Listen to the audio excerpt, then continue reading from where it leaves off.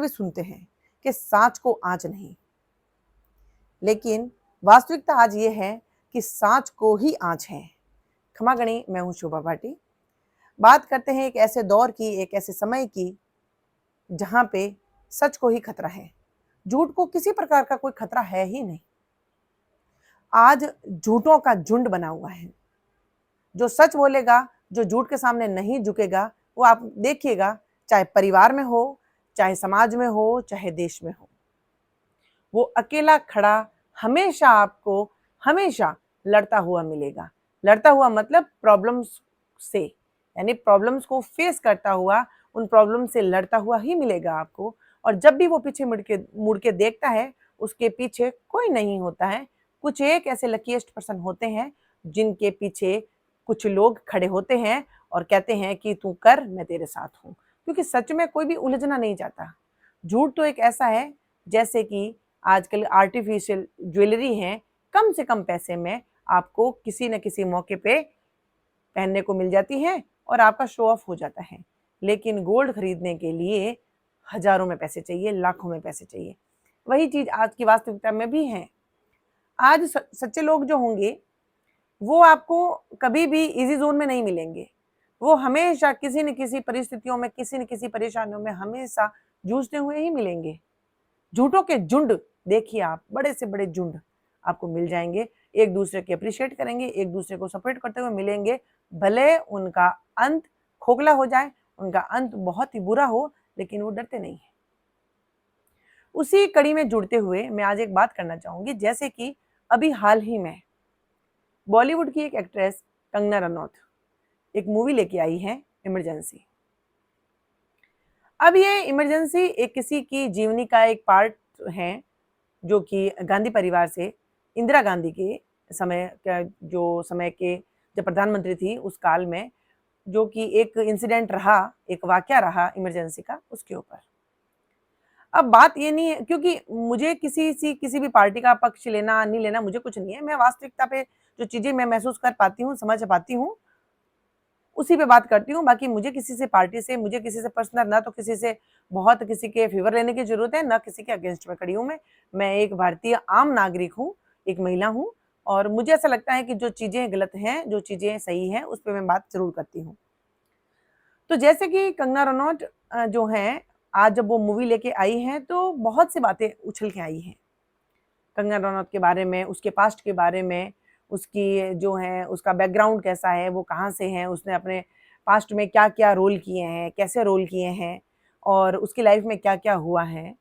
तो सबकी लाइफ में जब स्ट्रगलिंग लाइफ होती है तो सबकी लाइफ में कुछ ना कुछ होता ही है। और जो लोग झुकना नहीं जानते, जो लोग प्रॉब्लम को फेस कर लेते हैं, उनके जीवन में तो कठिनाइयों की भरमार रहती है। और ये बहुत पुराने समय से हमें समझ में आता है, चाहे वो फ्रीडम फाइटर्स हो, चाहे वो हमारे कोई भी हो, चाहे धार्मिक पर्सन हो, चाहे कैसे भी हो, उन्होंने अपनी लाइफ में बहुत स्ट्रगल किया होता है।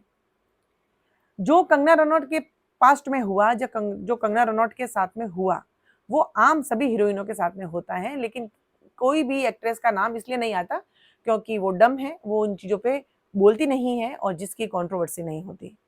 कंगना रनौत के साथ में जिन जिन लोगों ने गलत किया तो वो उसके नाम पे बोल जाती हैं, बता देती हैं कि भाई उसने मेरे साथ ऐसा किया था, तो उसको फिर जो है कंट्रोवर्शियल बता दिया जाता है या उसका नाम उछाल दिया जाता है।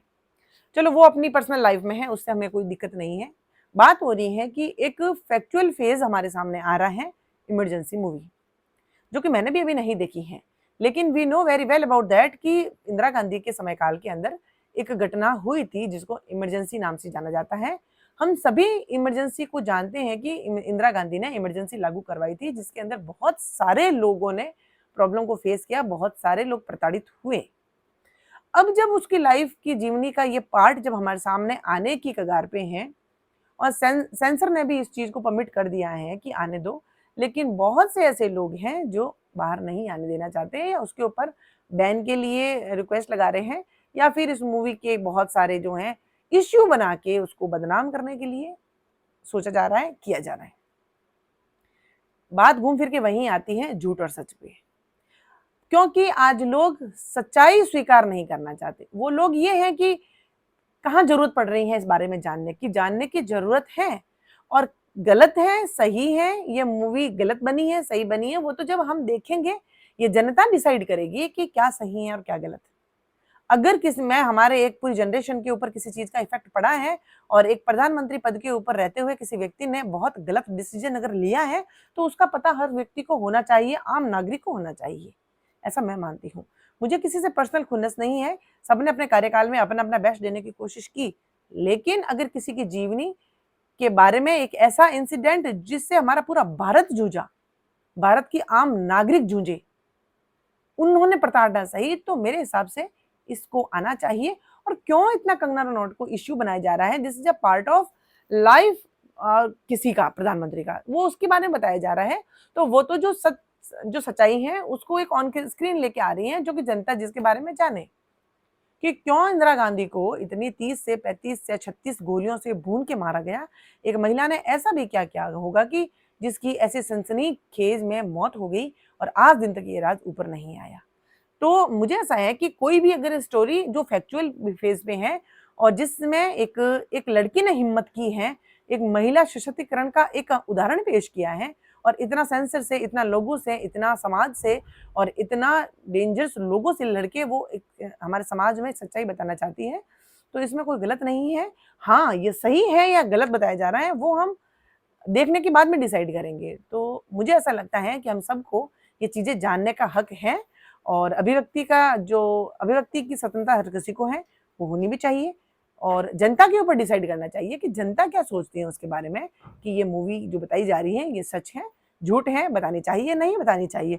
कुछ लोगों को ही समस्या क्यों हो रही है मूवी देखने से पहले ही, अभी मूवी आई भी नहीं है, रिलीज भी नहीं हुई है और इस तरीके से बवाल बना के उसको कंट्रोवर्शियल बना के उसको अगर दबाने की कोशिश की जा रही है तो ये गलत है, ये नहीं होना चाहिए।